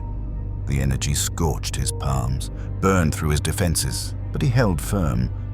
For 3 impossible seconds, the Goku wrestled with Darkseid's ultimate weapon. Then he threw it back. The reflected Omega beams struck Darkseid in the chest. The impact would have erased a planet. Darkseid didn't even blink. Impressive. The new god stepped forward. "You have strength, but do you have the will to use it? Can you kill Saiyan, or are you infected with this universe's pathetic mercy?" Around them, Metropolis burned. Civilians evacuated, heroes fought. And in the ruins of Superman's city, Goku faced the question he'd been avoiding since arriving in this darker universe. Could he kill to protect? Would he? Superman's hand on his shoulder reminded him there was another way. There had to be. "I won't let you hurt anyone," Goku said quietly. "And I won't become like you to stop you." Darkseid smiled, and in that expression was the promise of endless war. We shall see. The battle with Darkseid ended not with victory, but with strategic withdrawal. The Justice League had arrived in force. Wonder Woman's sword keeping Furies at bay, Green Lantern containing parademons in hard light constructs, Flash evacuating the remaining civilians at super speed. Together, they'd managed what Superman and Goku couldn't alone, force Darkseid to recognize that conquest would cost more than the prize was worth. For now. "This is not over, Saiyan," Darkseid had promised as he stepped through his boom tube back to Apokolips. "I will return, and you will kneel." "Not likely," Goku had called back, bloodied but unbowed. But as the adrenaline faded and Metropolis counted its wounded, Goku felt the weight of Superman's earlier warning. Property damage in the billions. Hundreds injured, 93 dead. Civilians caught in crossfire despite everyone's best efforts. 3 permanent deaths that no Dragon Balls could undo. He'd saved thousands, but 3 had died anyway. "It's not your fault." Superman stood beside him on a rooftop overlooking the devastation. "We can't save everyone. No matter how fast we are, how strong we are. Sometimes people die. In my universe, we'd just wish them back. Must be nice."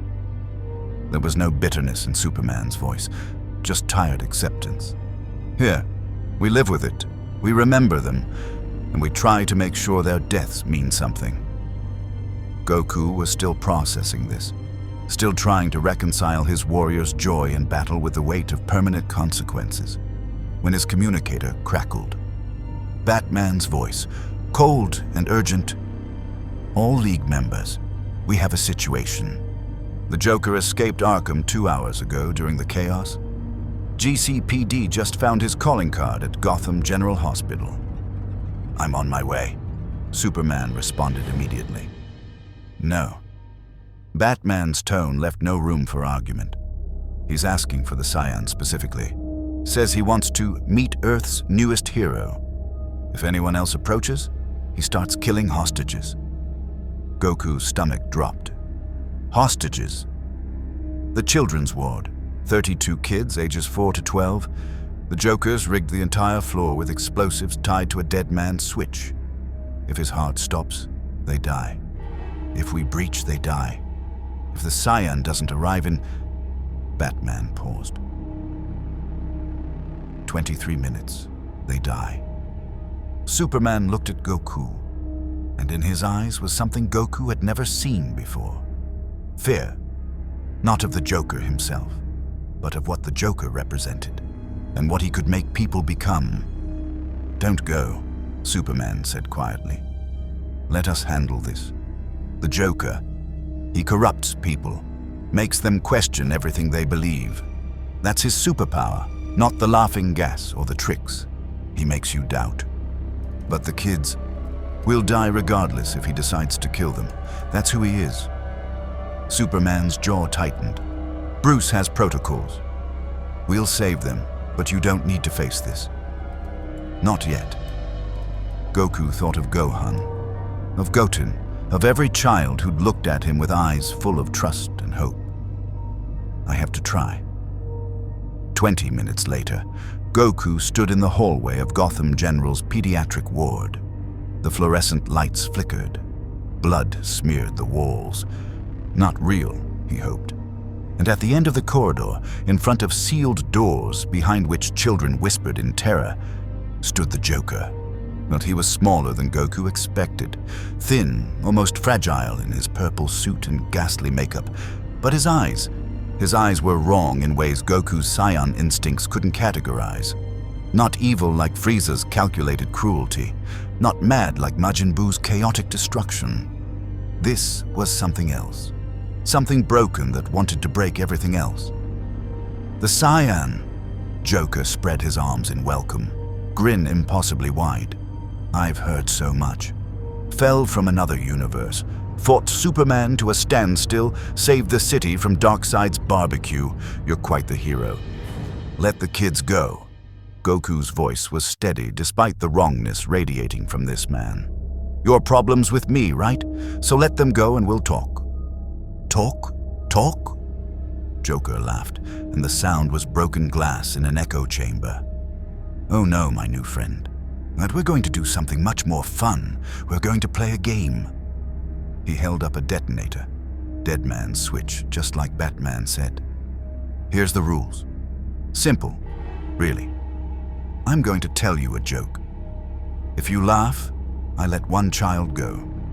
If you don't laugh, I kill one. His grin widened impossibly.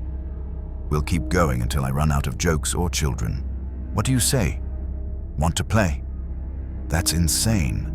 That's the point. Joker spun in a circle like a demented dancer. You see, I've been watching you, Saiyan. All that power, all that optimism, all that annoying belief in goodness. You're just like Batsy and Soups, thinking you can save everyone if you're just strong enough, fast enough, good enough. He leaned forward, voice dropping to a stage whisper. But you can't, and I'm going to prove it. In Goku's ear, Batman's voice. We're in position. Say the word and we breach. What's the play? Goku whispered. You keep him talking. We extract the hostages through the vents. Sniper takes the shot when you're clear. You're going to kill him. Silence. Then, Gordon Sniper, not me. Not League protocol, but for the Joker, exceptions are made. Goku looked at this man, this broken, laughing thing that wore human shape, felt the weight of 32 lives hanging on his next choice, and remembered Superman's words about the line that separated heroes from monsters. No, Goku said, both to Batman and to the Joker, I'm not playing your game. Joker's smile faltered. What? I said no. You want to kill those kids? You'll have to do it, but I'm not giving you permission by playing along. Goku started walking forward slowly. And I'm not letting anyone kill you either. You're going to face justice, not a bullet. Stop! Joker's hand tightened on the detonator. One more step and I press it. All of them die. Goku stopped, looked into those mad eyes, and spoke with absolute conviction. Then you prove me right, that you're just a coward who hurts kids to feel powerful. Do it. Show everyone what you really are. For one eternal moment, Gotham General's hallway held its breath. Then Joker laughed, really laughed, doubling over with genuine mirth. Oh, you're good. Different universe, same self-righteous delusion. You think calling my bluff makes you heroic? You think... Goku moved, not at full speed, not to attack. Just fast enough that one instant he was 20 feet away, the next he was 1 foot from Joker's face. Close enough to see the madness swimming in those eyes. Close enough to grab the detonator if he needed to. I'm not calling a bluff, Goku said quietly. I'm giving you a choice. Be the monster everyone says you are, or be something else. Just this once. Joker stared at him. For the first time in his endless war with Gotham's heroes, someone had moved into his personal space without violence or fear. Just presence. The Saiyan radiated no killing intent, no rage, no judgment, only absolute certainty that he would not play the game. You're serious, Joker whispered. You actually think I won't do it. I think you want to see what happens if you don't. You're curious. That's your real superpower, not the chaos. The curiosity about how far people will go, how much they'll break. But I'm not breaking, and I'm betting you want to see why. Behind the sealed doors, GCPD extracted children through ventilation shafts with surgical precision. Batman had given them a window. Goku was giving them time. Joker's finger trembled on the detonator. One word, he said. One word and they all die. 28 still in there. Evacuation's only halfway done. I can hear them in the vents. His grin returned. Did you really think I wouldn't notice? Goku's heart sank. The choice crystallized with horrible clarity. Kill the Joker now, guarantee the remaining children's safety, or maintain his code, risk everything, prove to this universe that mercy could still mean something. I noticed you noticing, Goku said. So here's my offer. You press that button, and I will stop you. I'm fast enough, strong enough. So I'll save every single kid in the time it takes the signal to reach the explosives. You sure about that? Positive. But here's the thing. If I do that, if I save them that way, you win anyway. You prove that might makes right, that the strong decide who lives and dies. That's what Darkseid wanted to teach me. That's what every tyrant believes. Goku extended his hand. Or you give me the detonator. Walk away. Let these kids live. And prove that choice matters more than power. Why would I do that? Because you're curious what I'll do next. Because even you are bored of the same game with Batman. Because maybe, just maybe, you want to see if someone from another universe can actually be as good as they pretend. Joker looked at the offered hand, at Goku's open expression, at the absolute absence of guile or manipulation. This wasn't a hero trying to outsmart him. This was someone genuinely offering a different path. You're either the bravest idiot I've ever met, Joker said slowly, or the most naive. Probably both. Joker laughed, shorter, sharper. Then his hand moved. For one horrible instant, Goku prepared to move faster than he ever had, to save the children, to fail the test Superman had warned him about. Joker handed him the detonator. There, I'm curious. The madman stepped back, hands raised in mock surrender. Let's see how Earth's newest hero handles Gotham's darkness. Give it a week, Saiyan. You'll be begging to go back to fighting gods. At least gods make sense. GCPD swarmed in immediately, taking Joker down with practiced efficiency. As they dragged him away, the madman was still laughing. See you soon, Space Monkey. When you're ready to really talk. Batman materialized from the shadows. That was incredibly stupid. It worked. This time, Batman took the detonator, began carefully disarming it. The Jokers killed thousands, paralyzed Barbara Gordon just to hurt me, murdered Jason Todd with a crowbar because he thought it was funny. And you showed him mercy. Yeah. Why? Goku slumped against the wall, exhausted in ways that had nothing to do with fighting Darkseid. Because someone has to. In my universe, I gave Frieza a chance. He betrayed me. I gave Majin Buu a chance. He became one of Earth's protectors. Sometimes mercy works, sometimes it doesn't. But the moment I stop trying, I become what I'm fighting. Batman studied him for a long moment. Then, something miraculous happened. The Dark Knight's expression softened.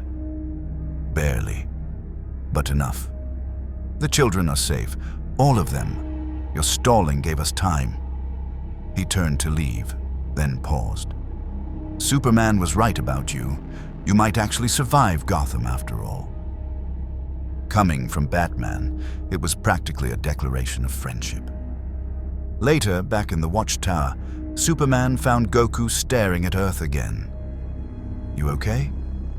"I don't know." Goku's voice was hollow. "I saved those kids. But the Joker's still alive. He'll escape again, won't he? Kill more people, and it'll be my fault for not stopping him permanently." "No." Superman's hand on his shoulder was firm. "It'll be the Joker's fault. His choice, his evil. You chose mercy. You gave him a chance to be better. That's what heroes do. Even when people die because of it. Especially then." Superman looked out at the planet they both protected. But because the alternative, deciding who lives and dies based on our judgment, that's the path to injustice. To becoming gods instead of heroes. Goku thought of Darkseid's offer, of the Joker's game, of the impossible weight of power without resurrection to fix mistakes. "This universe is harder than mine," he said finally. "Yeah, it is. But you're learning." Superman smiled. "And you're still choosing right. That's what matters." As they stood together watching Earth turn, neither noticed the dimensional scanners registering new anomalies. The resonance from Goku and Flash's race had weakened reality's barriers more than anyone realized. And on Apokolips, Darkseid smiled at his monitors, showing the Saiyan's mercy. "Weakness," he pronounced. "Exploitable. Useful." The Lord of Tyranny began to plan his return. The boom tubes opened across every major city on Earth simultaneously. Not an invasion this time. A declaration. Darkseid had spent the weeks since Metropolis studying the Saiyan, analyzing his fights, cataloging his mercy. And now, the Lord of Apokolips would demonstrate the price of such weakness. Goku was in the Watchtower's training room when the alarms screamed. He'd been working with Wonder Woman on defensive techniques, learning to protect rather than merely defeat. The sudden shift to red alert lighting made them both sprint for the command center. "Report!" Superman was already there, cape billowing despite the absence of wind. Cyborg's voice was tight with barely controlled panic. Darkseid just broadcasted across every communication system on the planet. Text, video, telepathic wavelengths, everyone heard it. Every human on Earth. "Heard what?" Batman demanded. The main screen flickered to life. Darkseid's stone face filled the display, eyes burning with Omega energy. "People of Earth," the new god's voice was terrible in its calm certainty. "You harbor a Saiyan, a warrior from another reality who believes mercy is strength, who thinks power should be tempered with compassion." A smile, somehow worse than his usual expressionless malice. "I come to test this hypothesis. The Saiyan will face me in single combat. If he refuses, I will reduce one city to ash every hour. Metropolis, Gotham, Paris, Tokyo. I care not which. Every death will be his choice." The screen went black. Silence filled the command center like poison gas. "It's a trap," Batman said immediately.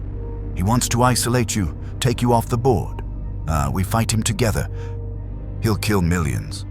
Goku's voice was quiet. "You heard him. He'll actually do it." "Darkseid doesn't bluff," Wonder Woman confirmed, hand on her sword. "When he makes threats, he fulfills them, always."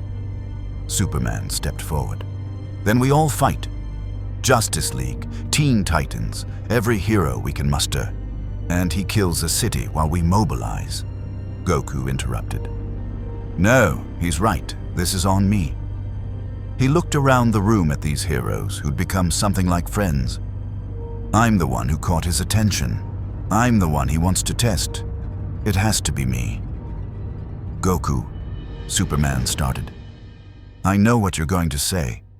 That I don't have to prove anything. That we're a team. That heroes don't fight alone." Goku smiled, but it didn't reach his eyes. "But if I hide behind you, that if I let people die because I'm too scared to face him, then he's already won. I'm already the coward he thinks I am. Batman pulled up tactical displays. Darkseid specified location, the Watchtower. He wants witnesses. Wants Earth to watch their hero fall. Can you beat him? John asked quietly. Truthfully, Goku thought about the Omega beams that had burned through his defenses, about Darkseid's absolute power, his immortal strength, his complete certainty in his own supremacy. I don't know, but I'm going to try. Then we prepare. Wonder Woman's voice carried the authority of Amazon warriors. You'll need everything we can give you. Information, strategy, weaknesses. For the next hour, Batman briefed Goku on every battle Earth's heroes had fought against Darkseid. Superman demonstrated the Omega Beam's tracking patterns and dodge techniques. Wonder Woman sparred with him, teaching defense against overwhelming power. Flash explained the theory of creating speed force fields to deflect energy attacks. And through it all, Goku absorbed, adapted, planned. Remember, Batman said, pulling up his final analysis, Darkseid's greatest power isn't the Omega Beams, it's his absolute belief in his own supremacy. He doesn't think he can lose. That certainty makes him predictable. How do I use that? Make him doubt, even for an instant. Gods are vulnerable to uncertainty. Batman's eyes met Goku's. And if he offers you power again, I'll refuse, I know. Goku stood, rolling his shoulders, feeling ki flow through channels that had adapted to this universe's physics over the past weeks. Thanks, all of you, for giving me a chance. You gave yourself a chance, Superman corrected. We just provided the space to prove it. They assembled in the Watchtower's observation deck, not just the League, but every hero who could reach orbit in time. Teen Titans, Green Lantern Corps members, Atlanteans, Amazons, all watching as a boom tube larger than any previous tore open the fabric of space itself. Darkseid emerged, floating in the void, cosmic fire trailing from his steps. Behind him, the armies of Apokolips waited, visible through the portal, ready to pour through if their master commanded. Saiyan, his voice carried across the vacuum through sheer force of will. You answered, good.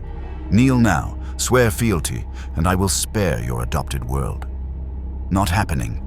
Goku floated forward, golden aura already building around his body. You want to fight? Then fight, but leave Earth out of it. Earth is already in it. Every soul on that planet exists because I permit it. Every breath they take is by my grace. Darkseid's eyes flared. I am the tiger in the night. I am the master of broken things. I am Darkseid. And I'm Goku. Nice to meet you. The Saiyan's cheerful response seemed to genuinely confuse the god of tyranny for a moment. Then Darkseid laughed, volcanic and terrible. Then die as you lived. Foolishly. The Omega beams lanced across space. Goku was ready this time. He'd practiced with Superman, studied the tracking patterns, learned to sense the beam's intent. He moved, not away, but at angles that forced the beams to chase themselves, creating knots of deadly energy that canceled each other out. Interesting. Darkseid accelerated, meeting Goku in close combat, and they collided at the speed of thought. Each punch generated shockwaves that rattled the Watchtower's shields. Each block sent energy ripples through local space-time. Darkseid fought with the experience of millennia, every movement economical, every strike aimed at vital points. Goku fought with decades of impossible battles, his adaptive style finding gaps in godly defenses. You're strong, Darkseid acknowledged, catching Goku's fist. Stronger than Superman. Perhaps stronger than I anticipated. He squeezed, and Goku felt bones creak. But strength alone is meaningless. Power without will is just noise. He threw Goku through a satellite. The Saiyan recovered mid-tumble, ki flaring as he rocketed back. This time he let himself transform, hair blazing gold, power multiplying exponentially. Super Saiyan, the form that had ended Frieza, defeated gods, saved universes. That's more like it. Darkseid's grin was hungry. Show me your true power. They fought across orbital space, past the moon, around Earth in spirals of destruction that would have been visible from the ground if not for the League's scrambling of observation systems. Goku pushed himself harder than he had since arriving, Super Saiyan 2, muscles crackling with lightning. Darkseid matched him, drawing on Apokolips itself for power, channeling the suffering of billions into cosmic strength. You feel it, don't you? Darkseid caught Goku's Kamehameha in his bare hands, absorbing the energy that should have destroyed planets. The futility, the pointlessness. You are mighty, Saiyan. But I am eternal. I am inevitable. You can fight for hours, days, years. I have time. Earth does not. It was true. Goku could feel his energy draining faster here than in his universe. The physics were wrong, the ki flowed differently, and every transformation took more to maintain. Meanwhile, Darkseid showed no signs of fatigue.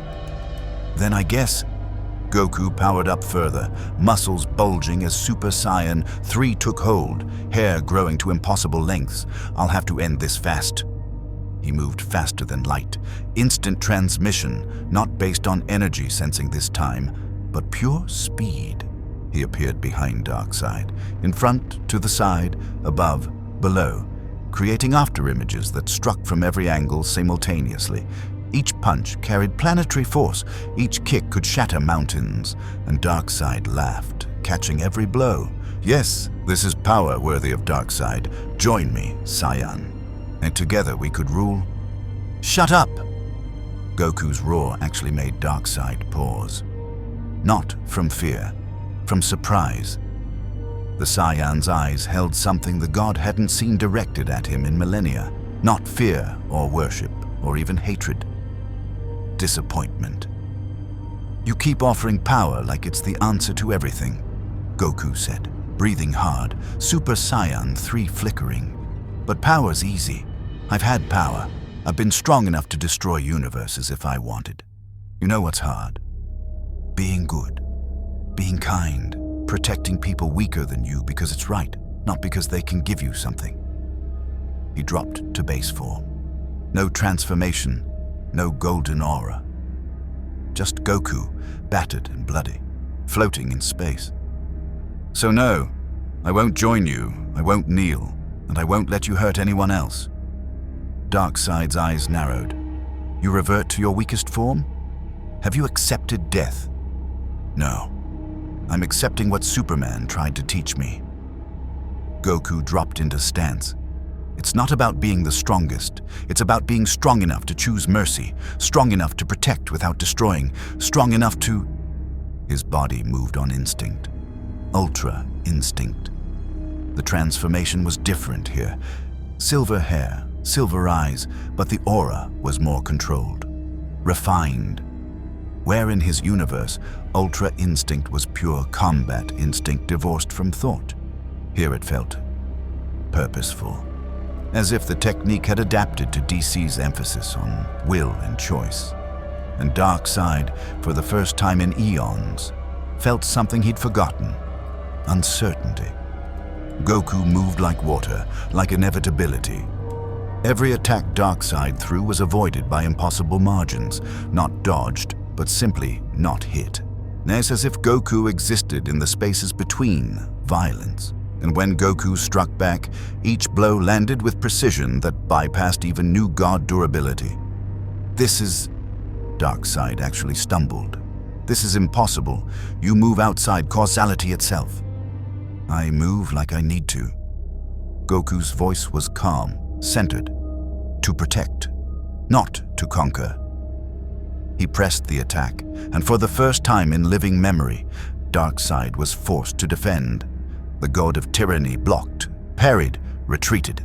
Ultra Instinct didn't overwhelm with power. It simply refused to fail. Every opening exploited, every defense circumvented. perfect technique meeting absolute power. The watching heroes held their breath. Then Darkseid smiled. Enough. His eyes blazed with Omega energy, not beams this time, but raw power flowing through his entire being. Not you wanted to see my full strength, Saiyan, witness true divinity. The god erupted with power that made his previous displays look like warm-up exercises.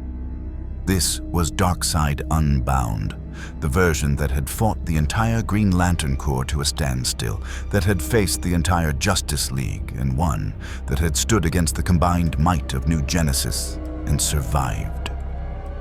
Goku's Ultra Instinct adapted, evolved, pushed beyond its limits. They traded blows that would have shattered lesser realities. Energy that could unmake galaxies flashed between them, and Earth, fragile, beautiful Earth, hung in the balance. I can't maintain this much longer. Goku's voice strained. Ultra Instinct was eating through his energy reserves faster than he could replenish them. The technique that should have been effortless was agony here, in fighting against physics that rejected its very existence. Darkseid sensed victory. Then fall, and when you do, I claim Earth as mine. But Goku was smiling, even as his hair began to darken, as Ultra Instinct started to fade. You really don't get it, do you? Goku's laugh was strained but genuine. This was never about me beating you. It was about proving you wrong. Wrong about what? That power is everything, that the strong rule the weak, that mercy is weakness. Goku's form stabilized. Not Ultra Instinct, but something else. A combination of every lesson this universe had taught him. He wanted to test me. Fine, test this. He didn't attack. Instead, he turned his back on Darkseid, faced Earth, raised his hands. Everyone down there who believes in hope, Goku called across the void, who thinks people deserve protection, who knows that being strong means protecting the weak. Give me your energy. It was insane, suicidal. The spirit bomb required willing donors, and Earth barely knew him. Why would billions of strangers trust some alien warrior enough to... Light began to rise from the planet. Not much at first, but Superman understood, and Superman's belief, the hope he'd spent decades earning, that reached people. Wonder Woman added her divine power. Batman, skeptical to the end, gave grudging faith. The League contributed. The Titans, heroes across the globe who'd watched this battle and recognized in Goku something worth believing in. And slowly, impossibly, the people of Earth began to respond, to give energy freely to someone fighting for them, to prove that Darkseid was wrong about humanity's weakness. The sphere of light above Goku's hands grew, yes, and grew, and grew. Impossible, Darkseid whispered, watching power that dwarfed even his might coalesce from sheer collective will. That's what everyone keeps saying. Goku's grin was fierce despite his exhaustion. But I keep doing it anyway, because that's what heroes do. We make impossible look easy. He threw the spirit bomb. Darkseid tried to counter with Omega beams. The energies collided, tyrannical power versus collective hope, and space itself screamed. The explosion would have been visible from Apokolips, would have registered on cosmic sensors across the galaxy. When the light faded, both warriors floated in the void, battered and exhausted, but still alive. A draw, Darkseid said finally. Unexpected, annoying, but acceptable. He turned toward his boom tube. You have earned a reprieve, Saiyan. Earth survives this day, but I will return. And next time, I will not underestimate your capacity for self-deception. It's not self-deception, it's hope. We shall see which one destroys you first. Darkseid stepped through the portal back to Apokolips. Until we meet again, Son Goku. The boom tube closed. Silence filled orbital space. Then Superman was there, catching Goku as he collapsed from exhaustion. You did it. You saved everyone. We did it, Goku corrected, consciousness already fading. This universe is pretty amazing. He passed out to the sound of Earth's heroes celebrating. Goku woke in the Watchtower's medical bay 3 days later. The room was quieter than he expected. Just the soft hum of monitors and the gentle beep of equipment tracking his recovery. Through the window, Earth turned peacefully below, showing no signs of the cosmic battle that had threatened its existence. "You snore like a parademon," Batman said from the corner. Goku jumped, then winced as his ribs protested. "How long have you been there?" "Long enough." Batman stepped into the light, and for the first time since they'd met, his expression wasn't evaluating threat levels. "You've been unconscious for 72 hours. Your energy depletion was severe. Cyborg says your cells were essentially cannibalizing themselves to maintain Ultra Instinct in an incompatible universe." "Worth it." Goku tried to sit up, but managed it on the 3rd attempt. "Did Darkseid come back?" "No. Our sensors indicate Apokolips has gone quiet. He's thinking, apparently. Planning his next move." Batman pulled up a chair, surprising given his usual preference for looming. "You forced a god to reconsider his certainty. That's not a small thing. Doesn't feel like a win. He's still out there."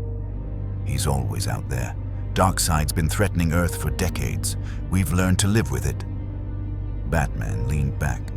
"What matters is you proved something to him, to us, to yourself." Goku looked at his hands, scarred from battle, trembling slightly from exhaustion. "What did I prove? That power without responsibility is just destruction. That mercy can be strategic. That an alien from another universe could choose to protect Earth, not because he had to, but because it was right." Batman's voice softened, microscopically, but noticeably. "Superman believed in you from the start.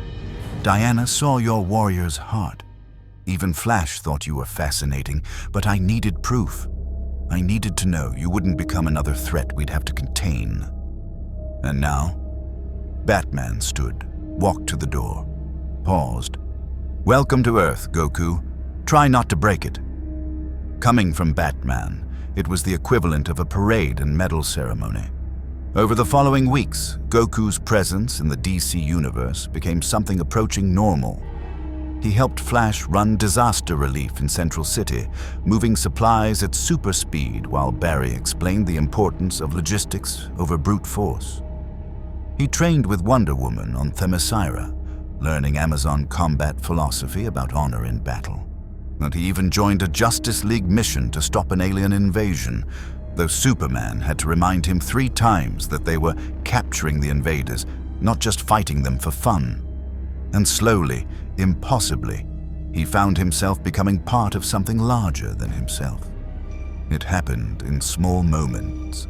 Sitting in the Watchtower's cafeteria, while Cyborg explained Earth's pop culture, apparently there were entire genres of entertainment dedicated to people like them. Listening to John's stories about Mars before it fell, recognizing the grief of losing a homeworld. Watching Superman save a cat from a tree with the same focused determination he'd shown fighting Darkseid. Because to that child, their cat was the whole world.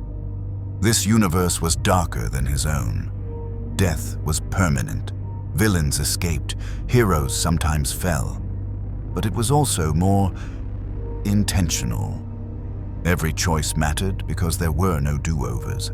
Every victory was earned twice. Once in the fight, once in the choice not to become the monster. One evening, Goku found Superman on the Watchtower's observation deck, looking down at Earth. "Homesick?" Clark asked. "Yeah. But also, not?" Goku joined him at the window. "I miss Chi-Chi, miss Goten and Gohan, miss training with Vegeta and arguing about who's stronger. But this place has taught me things I needed to learn." "Like what?" "That getting stronger isn't enough. That power's easy.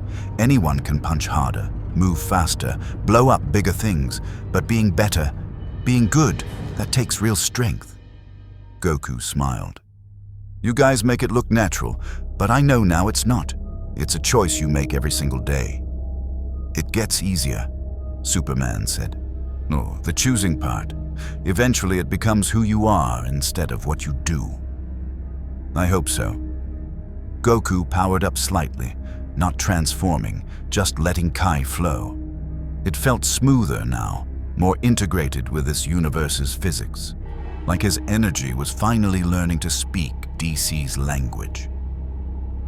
Batman said something about trying to find a way to send me home. Any progress? Some. Cyborg and Star Labs have been analyzing the dimensional breach. They think they can replicate it with enough power, maybe channeling the Speed Force, or using a mother box, or... Superman paused.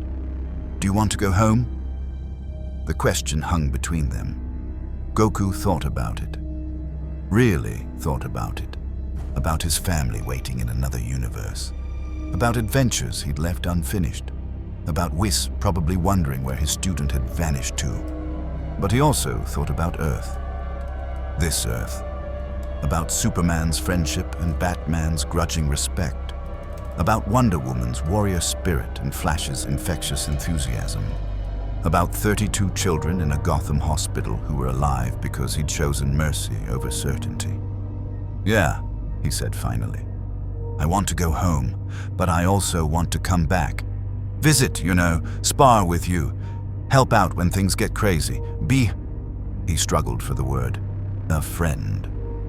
Superman's smile was genuine. The League would like that. You'd need a communicator, probably a code name.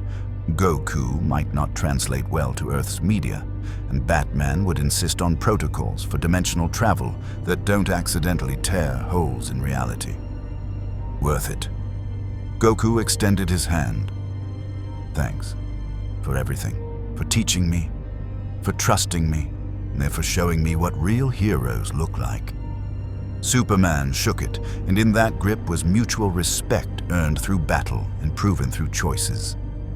Thank you for reminding us that heroism can be joyful, that fighting for what's right doesn't have to mean carrying the weight alone. You changed us too, Goku. Below them, Earth spun peacefully. In Gotham, Batman updated his files on the Saiyan, threat assessment lowered, ally designation confirmed, contingency plans maintained but hopeful. In Metropolis, Lex Luthor watched news coverage of Goku helping rebuild what Darkseid had destroyed, recalculating his strategies. In Themyscira, Diana smiled, knowing another warrior had learned to balance strength with wisdom. And on Apokolips, Darkseid watched through sensors that pierced dimensional barriers, studying the Saiyan who had forced a god to doubt. Interesting, the new god murmured. He grows stronger not through conquest, but through connection. Adapts not through domination, but through understanding. A pause. Perhaps this universe's weakness is more insidious than I realized. It makes strength compassionate, makes power kind. He turned from his monitors, mind already planning contingencies for the day the Saiyan would face true darkness. For the moment when compassion would fail, when mercy would mean death, when he would finally prove that power without cruelty was just another form of weakness. But that day was not today. Today, Goku was learning Earth's customs from Flash. Apparently, pizza for every meal was not nutritionally sound, no matter how delicious. Today, Wonder Woman was teaching him the importance of diplomacy alongside combat. Today, Superman was showing him how to save people without reducing buildings to rubble. Today, the Saiyan was becoming a hero in the truest DC sense. Not just powerful, but purposeful. Not just strong, but good. The dimensional breach that had brought him here had stabilized, Star Labs confirmed. They could send him home whenever he was ready. The question was no longer, can he leave, but when will he choose to? Goku stood in the Watchtower's training room, moving through katas that combined Master Roshi's teachings with Amazon techniques, instant transmission with Flash's speed principles, Ki control with Wonder Woman's warrior discipline.